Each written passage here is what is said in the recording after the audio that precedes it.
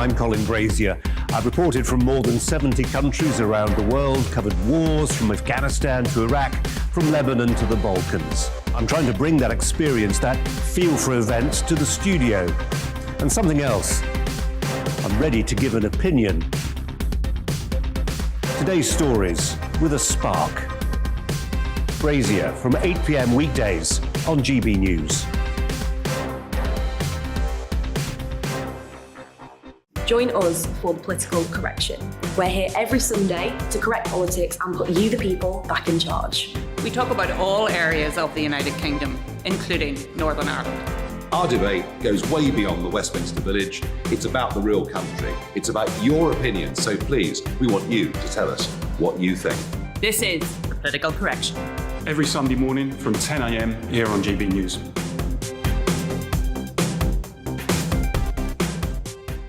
You're watching GB News live across the UK, the world and our digital stream. GB News is Britain's news channel. We are the UK's home of discussion and debate from all perspectives. We're here for you. Don't forget to join our community by hitting the subscribe button. And download the GB News app so you can click and catch up on programmes anytime. We love to hear from you. Email us at gbviews@gbnews.uk.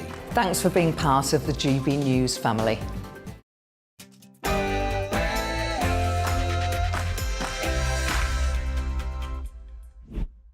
Welcome to this special edition of Talking Pints, where we look back at some of the best interviews in 2021. Now, normally, we provide the drinks for the people that come along to be interviewed and have a conversation in a GB News pub.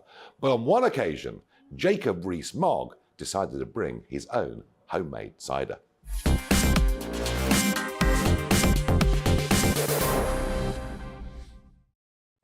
We've got the cider that I make at home. So these are Rees-Mogg apples that my children throw into this fantastic musher that puts out the juice and obviously then all the remains of the apples, and then it sits in a barn for a year and comes out as cider. And we make about 30 gallons of it a year, which I have to give away because I only drink about a pint of it a week. So I don't get a huge amount. What sort of strength is it, Jacob? I have no idea. You taste, you tell, you're the expert. Well, cheers. Cheers. Well, this is the Rees-Mogg cider. Let's give it a go. Oh, wow, that's real. That's real. Yeah. I'm not going to drink it all whilst... No, that's fine. You can afterwards. Jacob, one of the things that those that really know you understand is you first appeared on television aged about 11 with the Financial Times. And I think at the time your father was running something called the Fleet Street Letter. He was, yes. Yeah, he actually offered me a job there once, believe it or not. I don't think I've ever told you that. He did. He did. But my father was a great admirer of yours. I know he was. But you've always been interested in investment, in stock markets, and what to do with money. And something new has arrived. We knew about it back in the 70s into the 80s. It damaged people's savings in a way I don't think anything else can. It's the I word, it's inflation. And we've got the Bank of England and the Fed in America saying, oh, don't worry your little heads. It'll just be a little short-term thing and it won't be a problem. And yet I've always taken the view that inflation is a disease of money. And once you catch that, nearly often caused by governments and by excessive spending and borrowing. And then once you get that disease, it's very difficult to get rid of. So just with your investment manager hat on, how do you see inflation? Well, I think going to the basics of economics, if you increase the money supply beyond a reasonable level, it has an inflationary effect. And it's very difficult to work out the precise causality. So monetary policy in the 1980s didn't particularly work because it was hard to say a growth in the money supply of a particular measure of a certain level is directly inflationary. But that the simple point that if you create an enormous amount of money, it has to go somewhere. Money must find a home is true. And there was a very important House of Lords report. Lord Forsyth, Michael Forsyth, was, I think, the chairman of the committee that put out, warning us that we mustn't get addicted to free money. And I think that's right. And you've begun to see, partly because of trade distortions created by the pandemic, so containers being in the wrong part of the world and therefore transport costs going up, the beginnings of inflation. You've seen a very rapid increase in wages, which is in part extremely good because you want people to be getting better off. You want a real increase in wages, but it mustn't be too fast because that leads to inflationary pressures. So I think you're right to be concerned. I'm pleased that the Bank of England has said that it will look at reducing quantitative easing before raising interest rates. I think that's, it's obviously the Bank of England's independent. It's not for me as a minister to be saying what they ought to be doing, but it seems nonetheless that that is the right way around, that it's withdrawing some of that excess liquidity that was needed to deal with a crisis and gradually normalising. Yeah. So I think that the Bank of England... So you think they're handling it the right way? Is handling it Well, let's hope you're right. The difficulty with all of this always is the speed of response. And sometimes you find that central banks have to act very suddenly, which risks creating an economic shock. So investors need to watch inflation? Very carefully. Yeah, no, I think this is a view that I've formed very, very much. It's all back to the Brexit referendum. And, you know, you and I very much on the same side on that. And I think, you know, both emotionally involved in that. We believed in it with all our heart and soul. I was unhappy. We didn't fall out, but I was unhappy that she, in the end, voted for Mrs May's dreadful deal. But I'm not going to have a punch-up over that with you today. Well, we got there in the end, and we've discussed new that leader. before. I mean, that's the point. I mean, thank goodness we got rid of Mrs May, and I like to think I played a bit of a hand in that. And we've got Boris and we've got Brexit done. It's not perfect. You know, the fishermen are angry. Really angry. And if you drove from your constituency an hour and a half, 2 hours southwest to Brixham Market, or I recommend you don't at the moment, they really are jolly angry about it, the way it's worked out. But constitutionally, we finished up with Northern Ireland. It's been effectively annexed.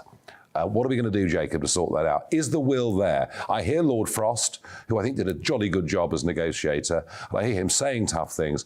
Are we going to sort out Northern Ireland? Because if we don't, I do fear the knock-on for the rest of the Union is quite significant. Northern Ireland is a fundamental part of our country. Northern Ireland is as much part of our country But it was. as Somerset. No, it was. It still is.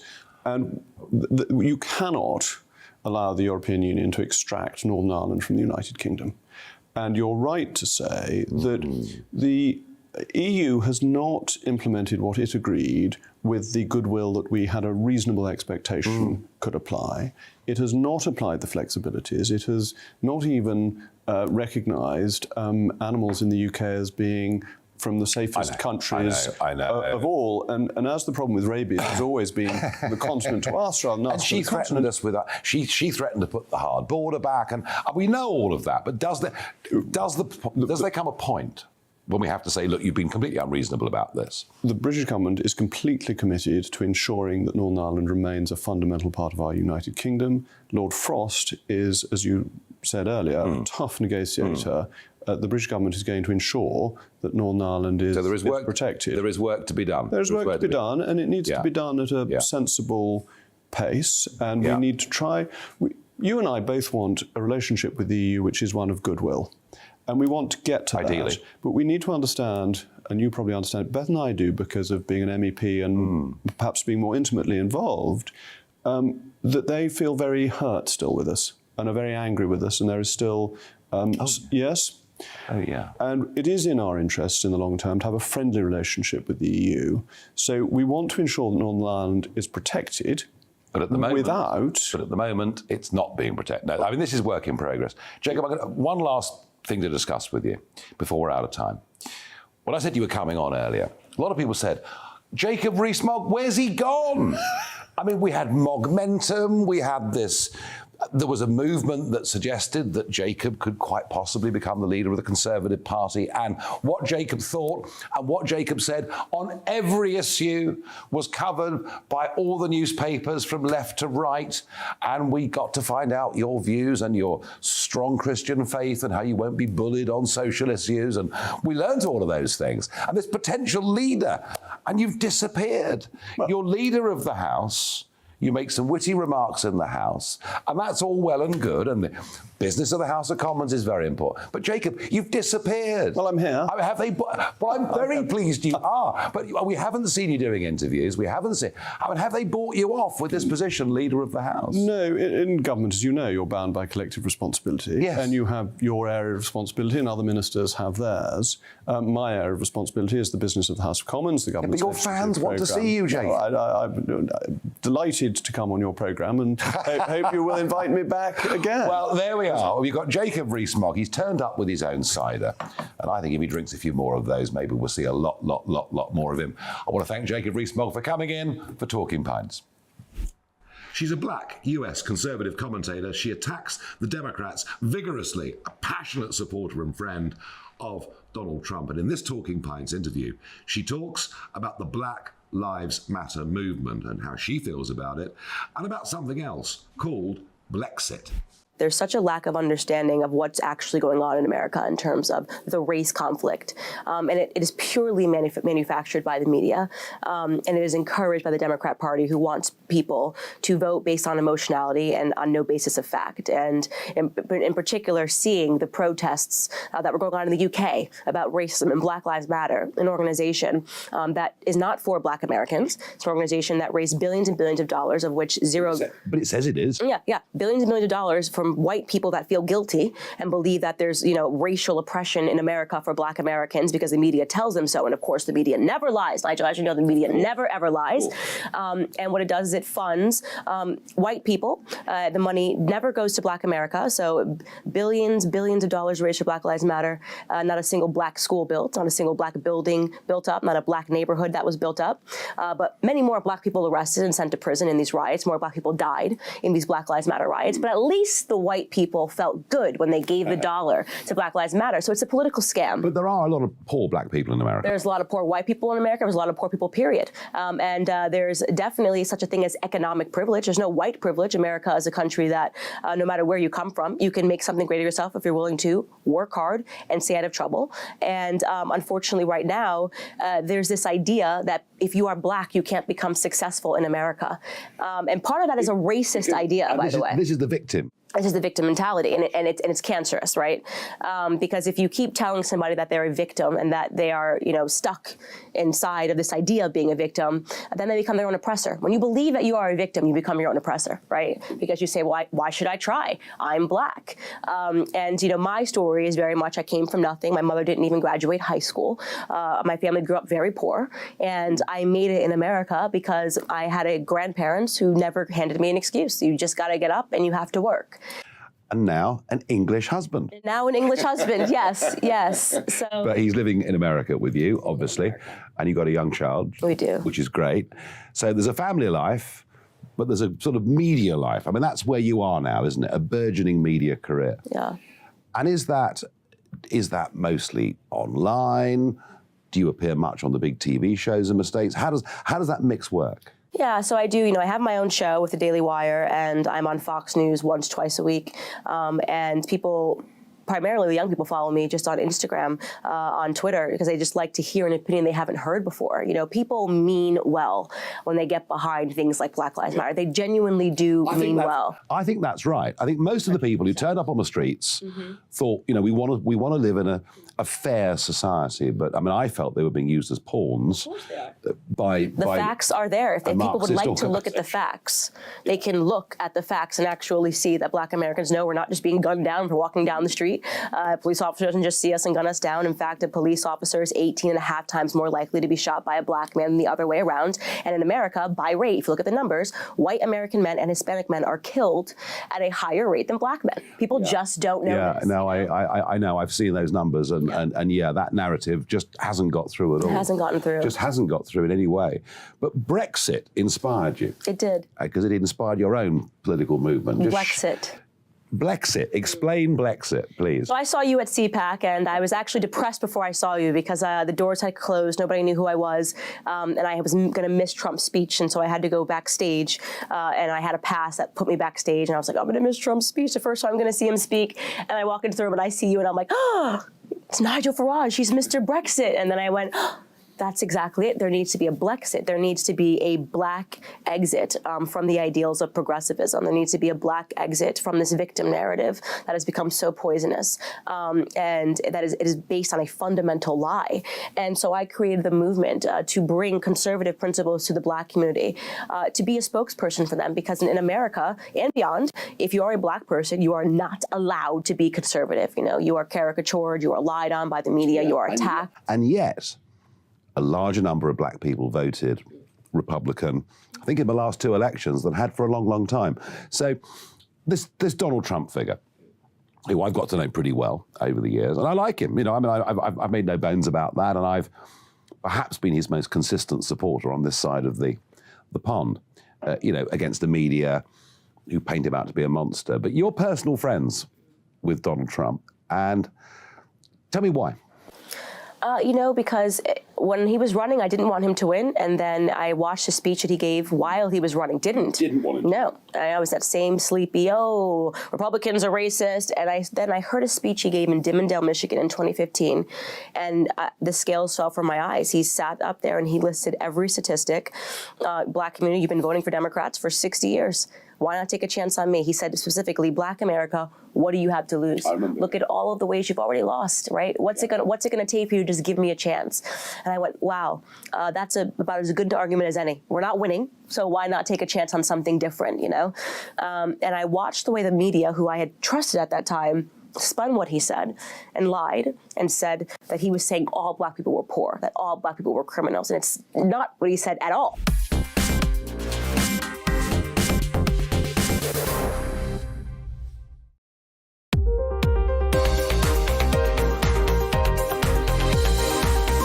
We store, pick, pack and post on behalf of e-commerce sellers. So the guys that you buy from online, particularly in the last couple of years, you know, people have been stuck at home buying from people online. We actually ship that stuff out. So if you make stuff in your garden shed and sell it online, Hubu can take care of all the logistics, all the packaging, all the difficult stuff that really stops businesses from growing. We can, we're unique in doing it for a much broader range of clients. They've always been fulfillment companies, which is what a company like ours is called. But they've tended to work with big clients, clients that have relatively few items and that ship them in huge volumes.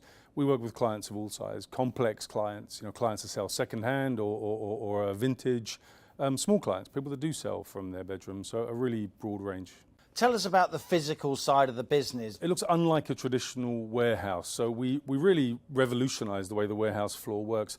There are some fundamental problems with warehousing, the biggest one being that it makes people miserable. It has them walking miles and miles every day. The micro warehouse collapses the business into a smaller warehouse that is run by a single individual. So that might be a picker or a packer. For us, they manage the whole thing, more like a retail unit, all of the inbound, all of the outbound, the picking, the packing, the posting. And crucially, they engage with the client as well. So they get that feedback loop that lets them know they're doing a wonderful job or helps them if they're not. How about your East End background? Does that help? It's made me tenacious and hardworking, but it's also made me very concerned that the people that work for us should be treated properly and paid properly. We work really hard to build a culture. Because you know what it's like at the sharp end. Yeah, exactly. It's just got sharper and sharper over the last 10 or 15 years. Those kinds of jobs, the wages haven't increased. Meanwhile, the cost of rent these days is ridiculous. It's really difficult for people to make ends meet that are doing those kinds of jobs.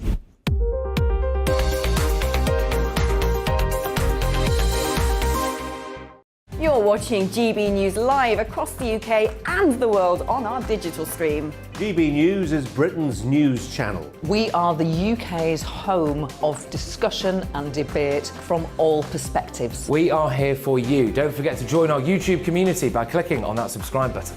And if you want the GB News app, you can click and catch up on programmes anytime. We love to hear from you, so email us. gbviews@gbnews.uk. Thanks for being part of the GB News family.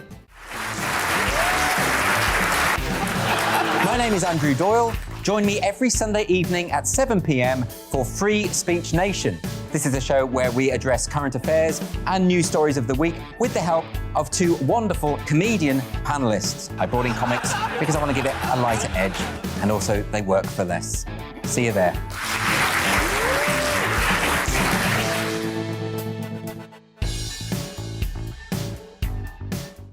Join my show Farage, 7 p.m. till 8 p.m. Monday through Thursday, and there you will get opinion, analysis, debate, and I'll cover stories that nobody else dares to touch. And then for the last 15 minutes, talking pints. We're over a drink. We have a civilised conversation with someone. We very often disagree, but we do it in a grown-up way. Come and join me on Farage.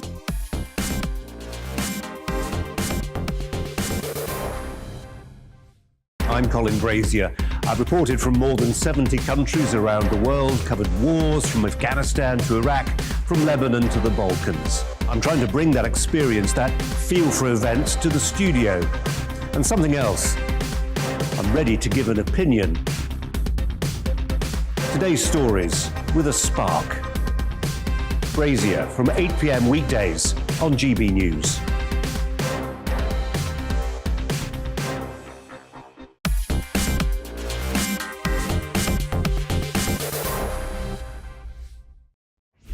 He's a veteran, well-known commentator and journalist. He's not exactly always a ray of sunshine. And I didn't agree with many of the things that he said, but that's not the point. Peter Hitchens is a guy with a following, an interesting man. And I began this interview by asking him, why did he boycott the Brexit referendum? Peter Hitchens, you've had an interesting journey. You were a socialist as a young man. I was a Trotskyist. A Trotskyist.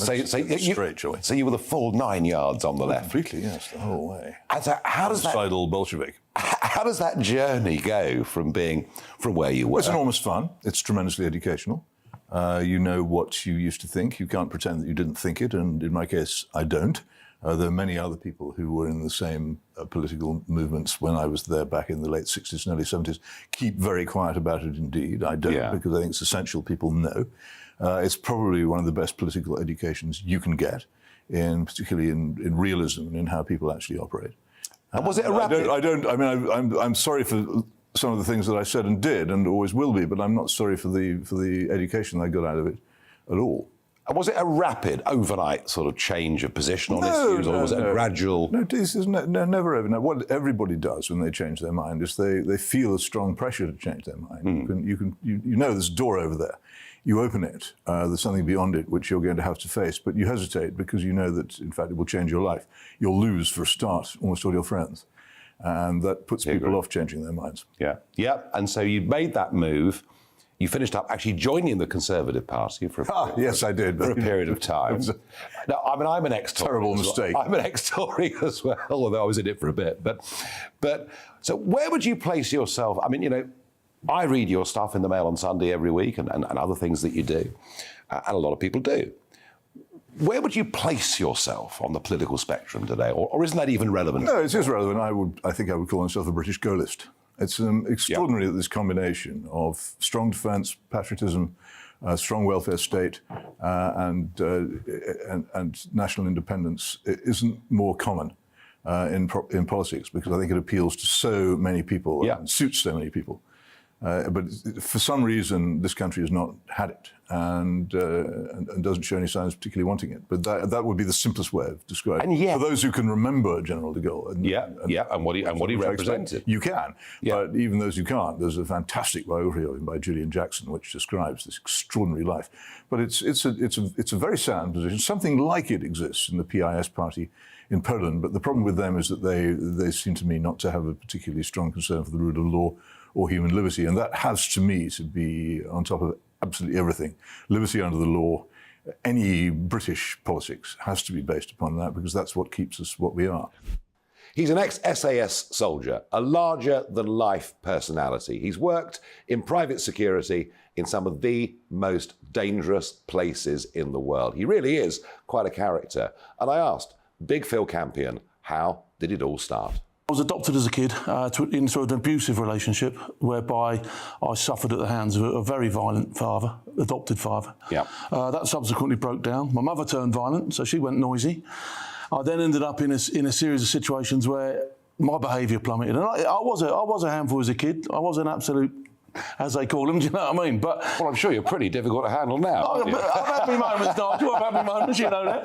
But you know, anyway. So I ended up in the care system for a series of mismatches of where I went, and you know, I was exposed to sexual abuse.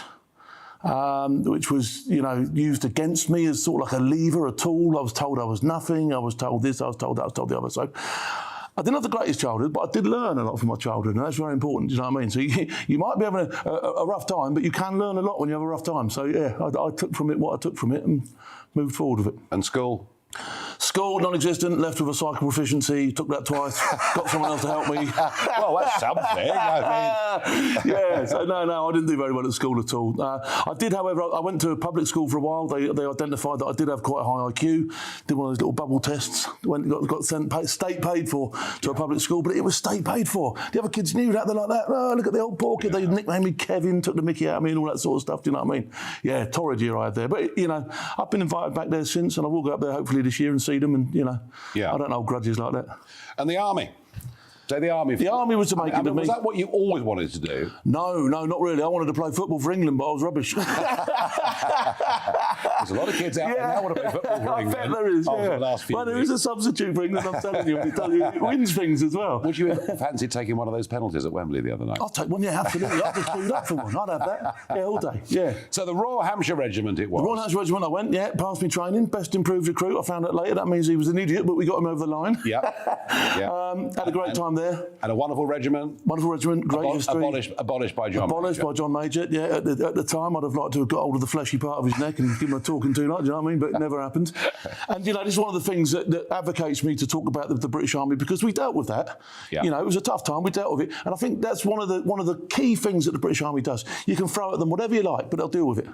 Yeah. They might go slightly round the sun to get the moon sometimes, but they will deal with it, and they will do the best they can. I mean, then you did some amazing things, because you did the Royal Marine. I did All Arms Commander course, I did P Company, and then ultimately I did selection for Special Forces. In the Parachute Regiment. Yeah, that's right. So P Company for the Parachute Regiment. So I'd be red lid, I'd be green lid. Yeah. And then I went away and did my Special Forces stuff. Passed first time, wasn't a retread. And, did a bit of time there. I won't lie to you, got out under a bit of a cloud, but, there you go. But the SAS, I mean, it's still got this extraordinary mythology that kind of surrounds it. What sort of men succeed in the SAS? It's a mishmash of all types of blokes, but good blokes ultimately. Good blokes. You don't have to be the fastest in the pack. You don't have to be the racing snake. You don't have to be the strongest, the biggest, the hardest. But it's full of decent blokes. It really is. But you've got to be fit. You've got to be fit, yeah, but you don't have to. This is a mistake a lot of young lads make who are going for it. They overtrain, they go nuts, they go mad, they're like, no, calm down a bit, and they'll thrash you, believe me, do you know what I mean? So, yeah. But it isn't just physical fitness. It's not just physical fitness, there's a lot of mental fitness. Yeah. And, mental resilience as well, actually wanting to be there. That's a very important thing that people miss about the regiment. It's a volunteer organisation. Nobody tells me, if you hear it in the pub sometimes, yeah, so-and-so was told he's going to go to the SAS because he's that good. No, that don't happen. That's a myth. So we'll bust that on your show first here, all right? Okay, that never happens. You volunteer. You're a volunteer to go to the regiment, and that's the way it is. They have a good look at you, and if you pass their selection, you're in. You go on probation for a bit, and then you move on through the ranks and up and do what you got to do. And do you think the SAS is as good as the reputation that it has? I think it's better than the reputation it has. I think it's undoubtedly, the best special forces in the world, as far as I'm concerned, and you'll never get any other side of the coin off me, I'm telling you. All right? Well, the Americans might not agree. No, they can disagree, they can do what they like, but, at the end of the day, their special forces are modelled on ours, not ours on theirs. Yeah. OK? We're the world leaders in that sort of thing, and we have been for a very long time. So, in a sense, joining the army clearly changed your life. Absolutely, yeah. Led you on to business and Somali pirates. Yeah, I got out of the regiment. I bought my way out of the regiment. I'd come back from Sierra Leone. We'd done a few bits and pieces. My behaviour dipped. I had a couple of issues. We'll park it there for now. Another day. Yeah. But I got out. I bought my way out, and it was in September of 2001. Mm-hmm. And obviously the planes went cruising in, and I thought, there's some money to be made here.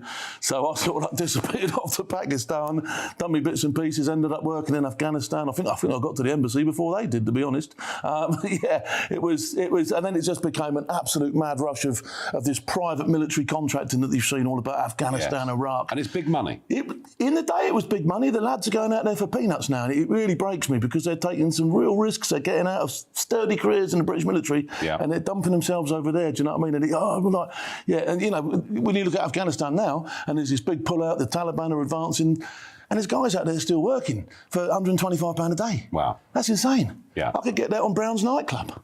So you were making some decent dough. I've done a little bit of dough. Yeah, we've done all right. No, it looks like you did. It looks like you did. Yeah, we done okay. I wasn't sensible with it, Nigel. No, well, I wouldn't expect you to be. You know. So was that like almost being a mercenary, or how would you describe what I prefer to call it contracting. A mercenary, you know, takes up arms and actively involves in things like coups and stuff like that. We weren't. We were always working on jobs that were aiding the infrastructure of the place or whatever. Do you know what I mean? I worked for the European Commission for quite a long period of time. I worked for the United Nations. Gosh, they'd never have employed me, would they?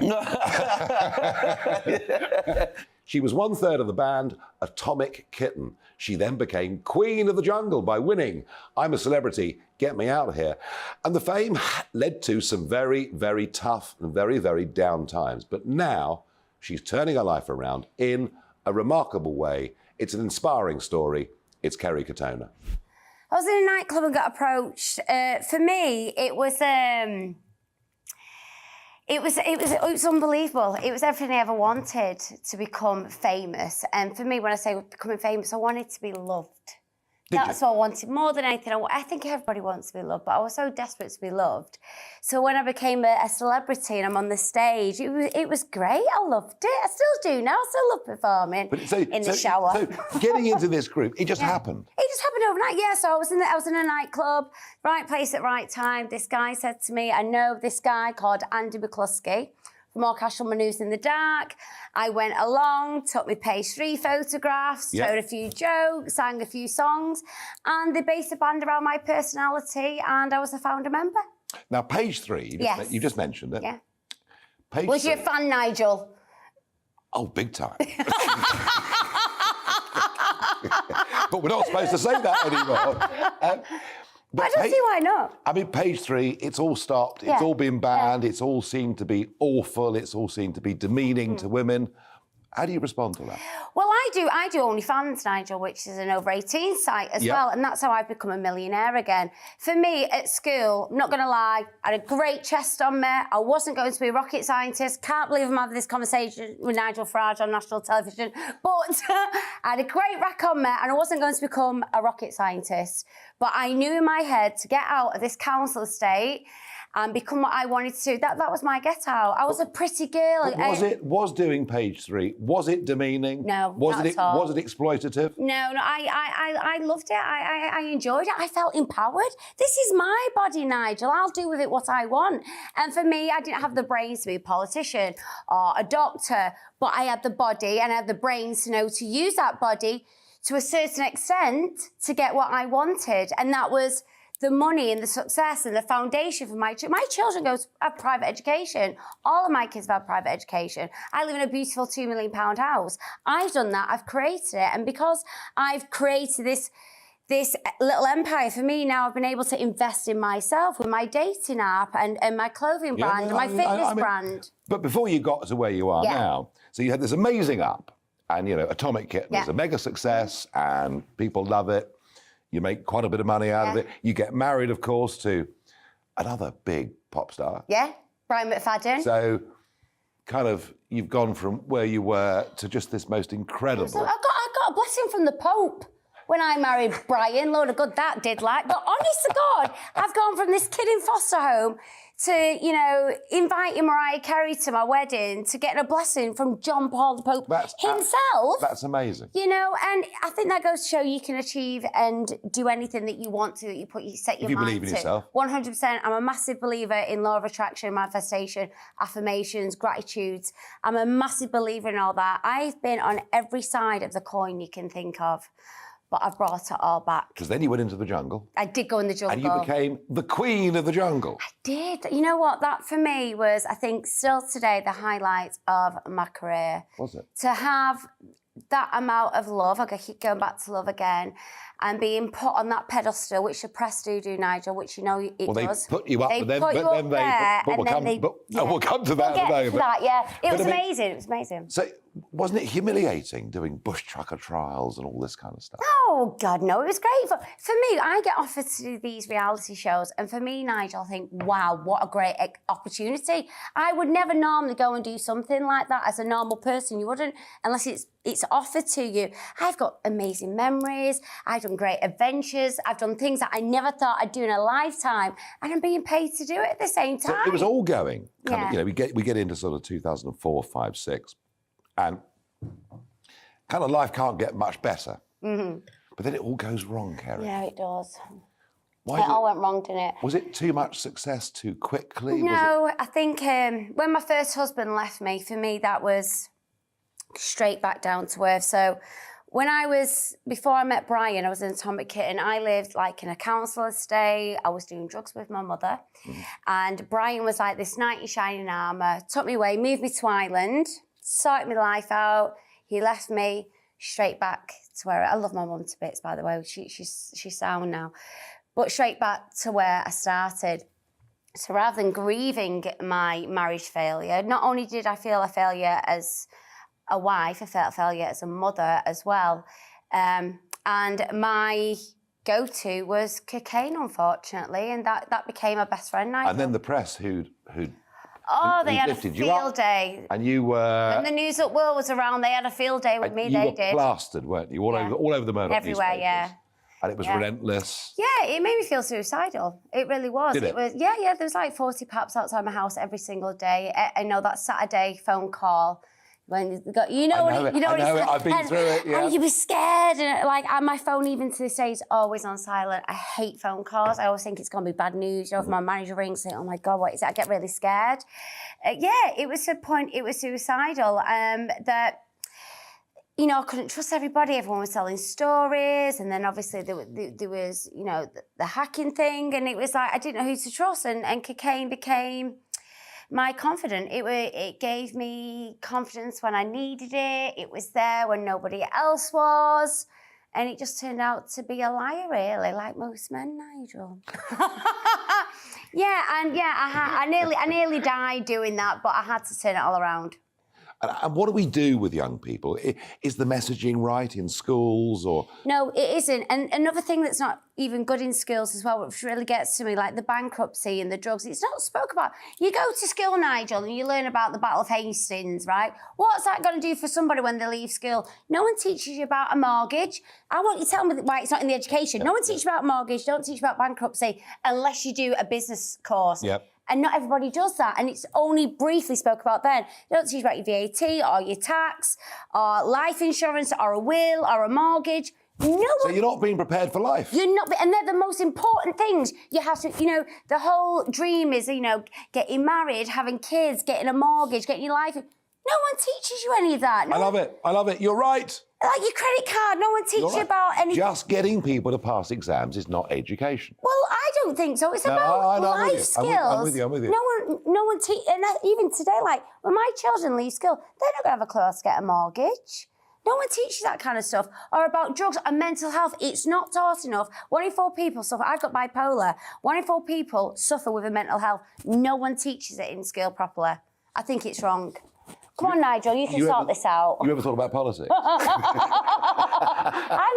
Me for MP. But you're really passionate there about the way we should be bringing teenagers up. 100%. I think we go on about life, and the reason why so many people make these mistakes with drugs is due, a lot of it, to mental health, and it's not spoken about enough in the schools at all. Addiction, bipolar, things like domestic abuse. This is real life stuff that you're taught that happens to people when they grow up, you know, and none of that is taught, and I think it's wrong.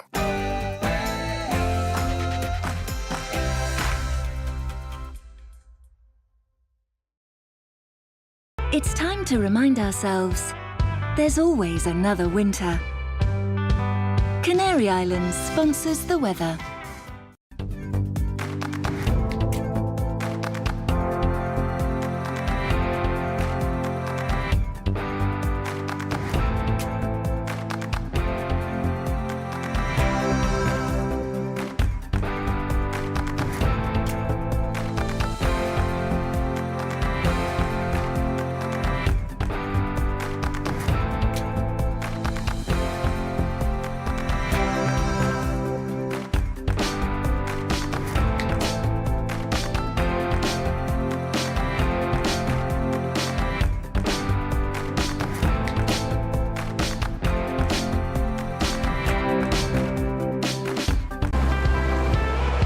Canary Islands sponsors the weather.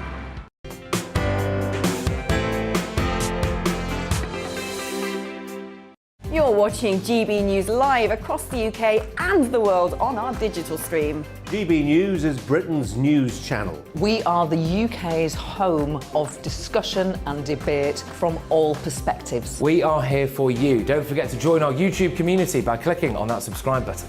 And if you want the GB News app, you can click and catch up on programmes anytime. We love to hear from you, so email us. gbviews@gbnews.uk. Thanks for being part of the GB News family. My name is Andrew Doyle. Join me every Sunday evening at 7 p.m. for Free Speech Nation. This is a show where we address current affairs and news stories of the week with the help of two wonderful comedian panellists. I brought in comics because I want to give it a lighter edge, and also they work for less. See you there.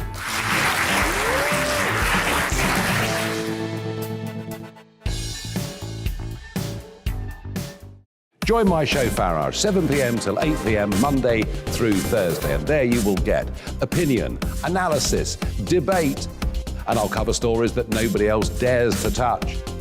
And then for the last 15 minutes, talking pints. We're over a drink. We have a civilised conversation with someone. We very often disagree, but we do it in a grown-up way. Come and join me on Farage.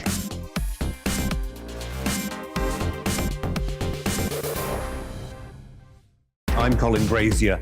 I've reported from more than 70 countries around the world, covered wars from Afghanistan to Iraq, from Lebanon to the Balkans. I'm trying to bring that experience, that feel for events, to the studio. And something else. I'm ready to give an opinion. Today's stories with a spark. Brazier from 8 p.m. weekdays on GB News.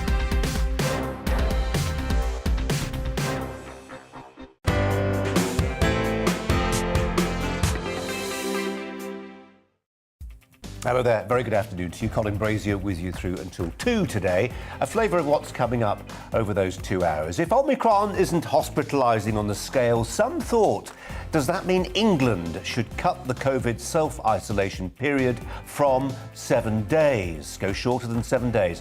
I ask because the US has announced it will allow asymptomatic Americans to return to society after 5 days in isolation. The Resolution Foundation, it says Britain faces a cost of living catastrophe.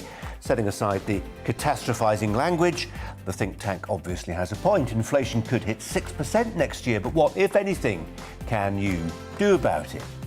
The Royal Mint's released those 2 new coins to commemorate the Queen's Platinum Jubilee. It's the start of a year of many events. But what is the current health of the monarchy? I'll speak to the brilliant royal writer, Angela Levin. And finally, Nicola Sturgeon will be addressing her MSPs in Scotland at 2 p.m.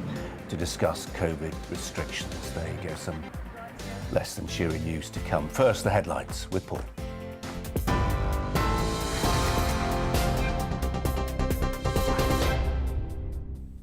Thanks, Colin. Good afternoon. The Prime Minister says 90% of people in intensive care have not received their COVID booster. Speaking at a vaccination centre, Boris Johnson said 2.4 million double-jabbed people hadn't had their booster. He's urging them to get the jab so they can enjoy the new year. I'm sorry to say this, but the overwhelming majority of people who are currently ending up in intensive care in our hospitals are people who are not boosted. If you're not vaccinated, you're 8 times more likely to get into hospital altogether. So it's a great thing to do. It's very, very important. Get boosted for yourself and enjoy New Year sensibly and cautiously. Meanwhile, the Scottish Parliament will be recalled this afternoon for a COVID update as case numbers reach record highs. The virtual session was announced last week after new restrictions came in, including closing nightclubs and 1 metre social distancing. Scots are also being urged not to travel to England for New Year's Eve, where clubs are still open. Lib Dem MP Christine Jardine believes the UK-wide governments should have joined forces from the start of the pandemic. Should have had from the beginning in this, I believe, is that we should have had a much more concerted, more cooperative, 4 nations approach. The United Kingdom government should have been, if you like, setting the benchmarks, and we should have had local responses to what was happening, instead of which we have this confusion about the UK government saying one thing and then the Scottish government saying another. Some pharmacies are reporting a huge problem with shortages of lateral flow tests, saying there were requests every 5 minutes over Christmas. The Association of Independent Multiple Pharmacies is warning of patchy supplies following a change in self-isolation rules from 10 to 7 days if someone tests negative. The UK Health Security Agency say the delivery capacity for testing kits has doubled to 900,000 a day since mid-December. Policing Insulate Britain's road-blocking protests costs taxpayers at least £4.3 million. The group blocked motorways for 3 months, calling on the government to cut carbon emissions by insulating homes. The Metropolitan Police spent the bulk of the money with over 6,600 officers and staff dealing with the campaigners. Transport Secretary Grant Shapps said he was appalled by the bill. The social care system is not fit for purpose and is handing some children over to criminal gangs. That's according to a new report. The Commission on Young Lives says many teenagers are moved away from where they live and sometimes end up in areas with high levels of crime. Criminal gangs have also been tipped off when vulnerable teens are moved into unregulated accommodation. The Department for Education says it is urgently reforming the system to address growing pressures. Former Children's Commissioner for England and Chair of the